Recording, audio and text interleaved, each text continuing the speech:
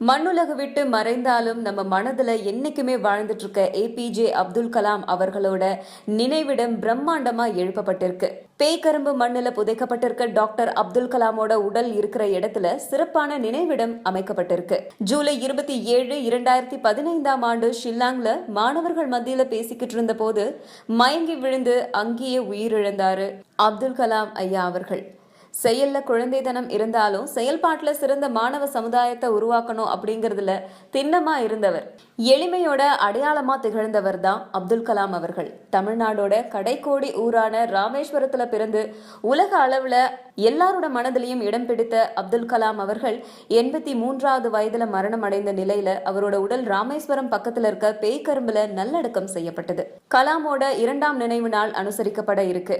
இந்த நிலையில அவரோட நினைவு மண்டபம் பிரம்மாண்டமா கட்டப்பட்டு திறப்பு விழாவுக்கு தயாராயிட்டு வருது. மத்திய ஆராய்ச்சி மற்றும் மேம்பாடுகள் மையம் சார்பில் கட்டப்பட்டிருக்க கலாம் நினைவிடம் ரூபாய் 15 கோடி மதிப்புல வடிவமைக்கப்பட்டிருக்கு. கலாம் உடல் புதைக்கப்பட்ட இடத்தை மையமா வச்சு கல்லறை எழுப்பப்பட்டிருக்கு.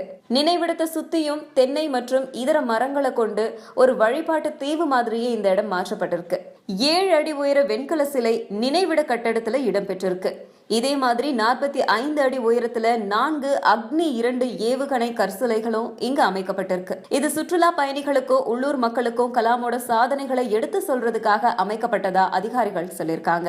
இதே மாதிரி ஜூலை 27ஆம் தேதி கலாம் 2020 அறிவியல் வாகனமும் தன்னோட சேவையை தொடங்குது. இது ஒரு நடமாடும் கலாம் அருங்காட்சியகம். இதுல கலாமோட கட்டுரைகள், புகைப்படங்கள், அவரோட அறிவியல் சாதனைகளை ஏந்தி சென்று மக்கள் கிட்ட அறிவியல் புகட்டும் முயற்சியா செய்யப்பட்டிருக்கு. கலாம் நினைவிட மண்டபத்துக்குள்ள கலாமோட பொன்மொழிகள், புகைப்படங்கள், அவரோட ஆடைகளும் மக்கள் பார்வைக்காக வைக்கப்பட்டிருக்கு. முற்றிலும் பளிங்கு டைல்ஸ் பதிக்கப்பட்ட கற்களால மின்னும் கலாம் நினைவிடம் எதிர்கால சந்ததியினருக்கு டாக்டர் ஏபிஜே அப்துல் கலாமோட வாழ்வியல் சிறப்புகளை மக்களுக்கு கொண்டு போய் சேர்க்கிற ஒரு சிறந்த இடமா இருக்கும் அப்படிங்கறதுல சந்தேகமே இல்ல. அது மட்டும் இல்லாம அப்துல் கலாம் கனவை நினைவாக்க திருப்பூர்ல இருந்து மரக்கன்ற தலையில சுமந்தபடி ராமேஸ்வரம் பேய்கரும்பு வரைக்கும் மரம் ஐயப்பன் நடைப்பயணம் செய்து வராரு.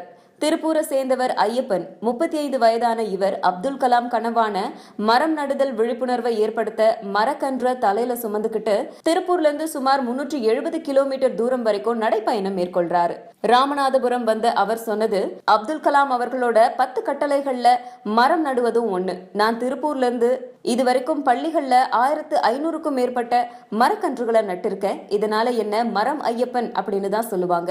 மரம் நடுவதோட மட்டும் இல்லாம அதை தொடர்ந்து பராமரிக்கணும். இது குறித்து மாணவர்கள் கிட்ட விழிப்புணர்வை ஏற்படுத்திட்டு வரேன். நான் திருப்பூர்ல இருந்து 11 நாட்களா நடைப்பயணத்தை தொடர்ந்துட்டு வரேன்.